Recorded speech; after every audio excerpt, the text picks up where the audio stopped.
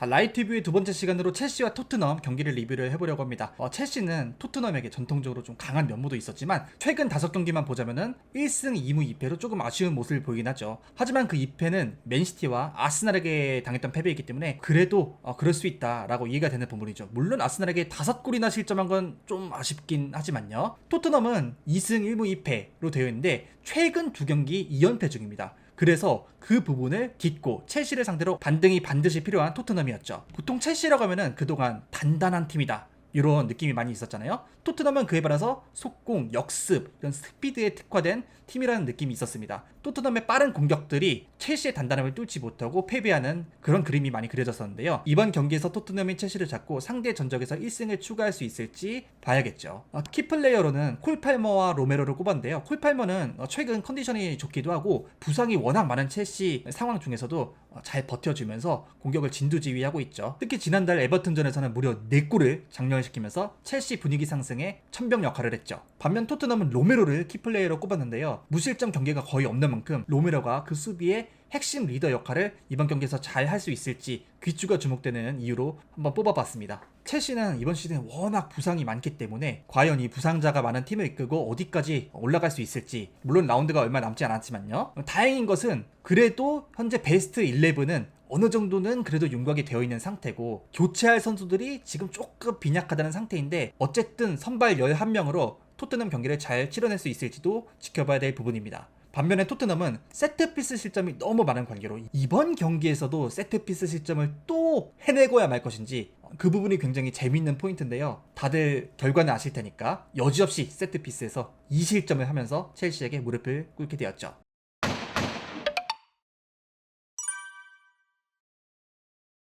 자, 그럼 경기에 대한 리뷰를 본격적으로 해보도록 하겠습니다. 우선 첼시와 토트넘의 경기 콘셉트에 대해서 좀 이야기를 해보려고 해요. 자, 첼시의 경우에 공격을 어떻게 진행했냐면은 무드릭 그리고 마두에케, 이 양 윙어를 적극적으로 측면 공격에 가담을 시켜서 측면을 파고드는 공격을 위주로 했습니다. 이때 양 선수만 이렇게 공격을 하게 된다면은 아무래도 위력이 덜 하기 때문에 팔머 선수가 양 윙어의 주변으로 계속 배회를 하면서 언제든지 도움을 줄 수 있도록 패스를 주고받을 수 있도록 이렇게 움직였고요. 그리고 팔머가 무드릭과 마두에케를 지원하는 사이에 쿠쿠렐라가 인버티드 풀백으로 안으로 들어오면서 갤러거, 카이세도와 함께 미드필더를 형성을 했습니다. 즉 첼시가 공격할 때는 바디아실, 찰로바, 길크리스트 요 세 선수 정도가 수비를 해주고 쿠쿠렐라는 변형 3백처럼 앞으로 나와주면서 공격에 가담을 하고요. 쿠쿠렐라는 단순히 요 미드필더만 지원을 하는 게 아니라 유사시에는 아예 박스 안까지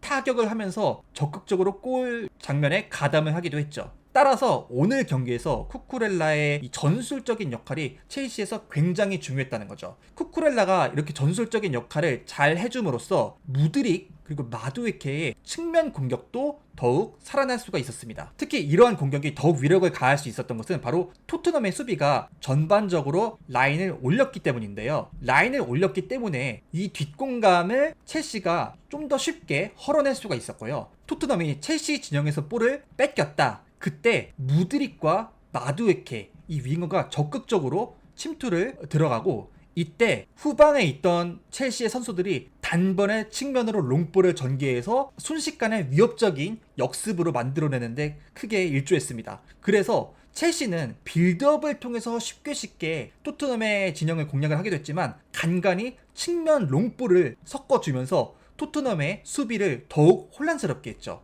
이렇게 측면 롱볼이 더욱 위협적으로 갈 수 있었던 것은 토트넘이 라인을 올렸기 때문이기도 하지만 토트넘의 빌드업을 하는 방식 때문이기도 한데요. 그것은 조금 있다가 토트넘의 공격에 대해서 이야기할 때 좀 더 말씀을 드리도록 하겠습니다. 토트넘이 수비 대응을 어느 정도 갖췄을 때는 무드릭과 마두에케가 측면에서 볼을 잡았을 때 뒤로 백패스를 하거나 다시 재정비를 해서 공격을 하기보다는 적극적으로 1대1 돌파를 시도를 주문했는데요. 이게 생각보다 포로와 에메르송 로얄 그리고 미드필더까지 부담을 상당히 주면서 첼시가 토트넘에게 설령 주도권을 조금 내주는 그런 느낌이 있다고 하더라도 윙어가 어쨌든 볼을 잡아주기만 한다면 토트넘에게 유효타를 언제든지 날릴 수 있다라는 무언의 압박을 계속 해줬죠. 이게 토트넘이 적극적으로 라인을 올리고 적극적으로 첼시의 진영을 두드리는 데에 약간 불안감을 갖고 있게 할 수 있는 요소가 되었습니다.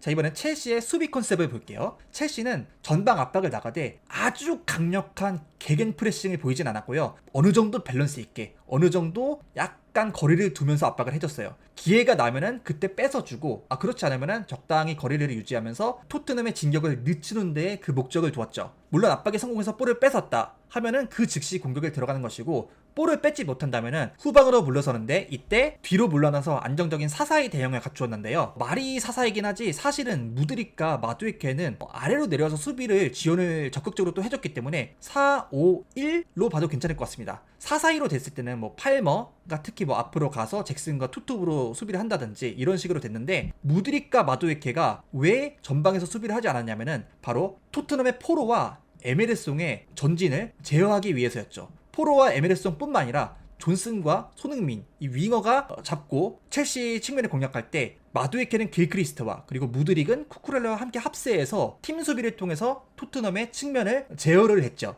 이러한 수비 방법이 첼시에게 굉장한 안정감을 줬고, 이것은 첼시가 잘했다는 부분도 있지만 사실 토트넘이 그동안 똑같은 공격 패턴, 똑같은 전술로 매 경기 임하기 때문에 첼시가 그거에 맞추어서 더 준비를 잘 할 수 있었다고 봐야 될 것 같습니다. 그리고 이득점 이후에 승기를 잡은 이후에는 완전 걸어 잠그고 토트넘의 공격을 끝까지 방어해내면서 완승을 거두었죠.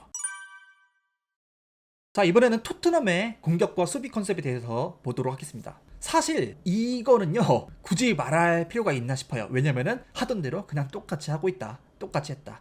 달라진 점을 좀 뽑아볼까요? 바로 먼저 쿨루세스키 공미 활용입니다. 물론 쿨루세스키를 공미로도 많이 활용을 했죠. 하지만 팔머는 뭐 윙어이기도 하지만 공미에서도 확실한 활약할 수 있는 자원이죠. 그에 반해서 쿨루세스키는 윙어 때에 비해서는 그래도 활약도가 좀 낮기는 합니다. 사실 메디슨이 있음에도 불구하고 쿨루세스키를 공미로 썼다? 이것은 두 가지 이유가 있는데요. 첫 번째는 메디슨이 최근에 컨디션이 그렇게 좋지는 않다. 두 번째, 쿨루세스키가 공미에 배치됨으로써 가질 수 있는 장점 중에 하나가 뭐냐면은 바로 볼 간수력입니다. 쿨루세스키는 볼을 지키는 능력이 굉장히 좋은 선수죠. 윙어에 배치가 됐을 때도 스피드가 느리고 너무 한쪽 발만 쓸 수 있고 이런 부분이 있다고 하더라도 뺏길 때 뺏기지 않는 쿨루세스키의 그 볼 간수력이 굉장히 큰 장점이라는 거죠. 그 쿨루세스키의 장점을 공미에서 활용을 한다면은 미드필더에서 볼을 유지할 수 있는 확률이 더 높아지고 그 플레이를 통해서 지속적으로 볼을 갖고 공세를 취한다라는 보관이 깔려있는 겁니다. 자, 두 번째는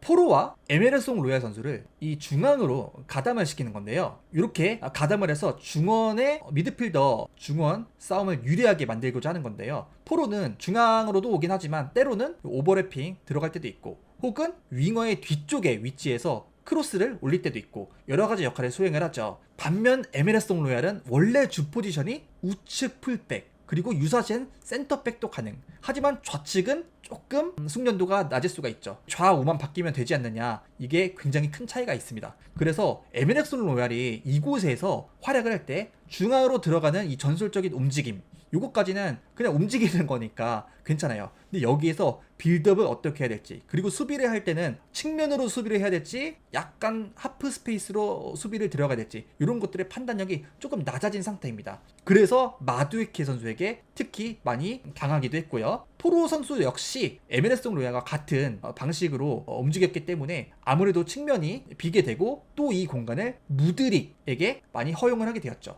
그래서 아까 첼시 공격할 때 말씀드렸던 무드릭과 마두에케가 토트넘의 이런 공격 방식 때문에 조금 더 측면 공략이 위협적이었다라고 말씀드렸던 부분이 바로 포로와 에메르송이 자꾸 라인을 올리고 중앙으로 가담을 했기 때문입니다. 이에 맞물려서 토트넘은 어쨌든 라인을 쭉 올리려고 하는 팀이기 때문에 그 높아진 라인 뒤를 더 적극적으로 공략을 할 수가 있었던 거죠. 첼시가 라인을 올리는 게 예전에는 뒤도 없이 몰렸다 그런 느낌이 드는데, 최근에는 그래도 어느 정도는 좀 타협을 조금은 하면서 라인을 올리는 게 아닌가 그런 생각은 좀 들긴 합니다. 자, 이번엔 토트넘의 수비를 보도록 하죠. 이것도 똑같습니다. 라인 올리고 미드필더에서 볼을 최대한 탈취하려고 노력을 하고, 탈취하면은 거기서 바로 공격을 들어가는 거죠. 근데 방금 전에도 말씀드렸지만 이때 에메르송 로얄의 역할이 되게 큰데, 이 로얄의 오늘 경기력이 그렇게 엄청 좋진 않고 특히 수비적으로도 되게 힘들어했던 만큼 수비 자체가 많이 어려웠던 느낌입니다. 그래서 첼시의 측면에 많이 무너지기도 했고, 오늘도 역시나 팀 수비, 특히 수비 전환의 속도가 엄청 빠르진 않았다. 뭐 첼시의 공격 속도가 많이 빠르기도 했지만요. 그런 부분이 조금 아쉬운 부분이었죠. 그래서 토트넘은 사실 공격과 수비에 있어서 그렇게 언급할 것은 많이 없습니다. 왜냐면은 해오던 걸 쭉 해왔기 때문에. 아쉬운 점은 측면의 공격이 좀 막혔을 때 히샬리송이나 쿨루셉스키 이런 공격 자원들이 더 많은 역할을 해줘야 되거든요. 비수마와스로도 오늘 아쉬운 부분이 있었죠. 나머지 선수들이 좀 더 유기적으로 움직이면서 첼시를 공략을 했어야 되는데 그런 부분에 있어서 글쎄요, 선수들의 문제라고 하기보다는 전술적으로 어떻게 움직임을 가져가야 될지 이거를 잘 모르는 그런 느낌을 받았습니다. 정확히 말한다면 모른다고 하기보다는 첼시에 의해서 공격이 막혔을 때 어떻게 플레이를 해야 할지 요 지시가 효과가 거의 없었다라고 봐야 될 것 같아요. 반면에 첼시 역시 잭슨 선수가 골을 넣기는 했지만 그렇게 엄청난 활약을 보이진 못했어요. 물론 오늘 나빴다는 거 아닌데 다른 첼시 선수들이 전반적으로 다 잘해줬기 때문에 상대적으로 조금 모자란 부분이 있는 느낌이었습니다. 다만 잭슨은 일단 한 골 넣었다는 게 크기도 하고요. 그래도 히샬리송보다는 그래도 좀 양반이었다. 적극적으로 내려오면서 또 볼 전개도 하려고 했고 또 미드필더랑 되게 연계를 하려는 모습이 특별히 보였거든요. 잭슨은 그냥 오늘 골 넣은 것만으로도 충분히 제 역할을 했다라고 볼 수도 있을 것 같습니다. 세트피스에 대해서는 워낙에 토트넘이 이제 문제가 많다 보니까 수비에 있어서요. 사실 두 번째 골 들어갈 때는 좀 집중력의 차이 이런 부분이 좀 있었고 첫 번째 골 들어갈 때가 좀 유의미한 상황인데 첼시는 세트피스를 준비를 잘 해왔죠.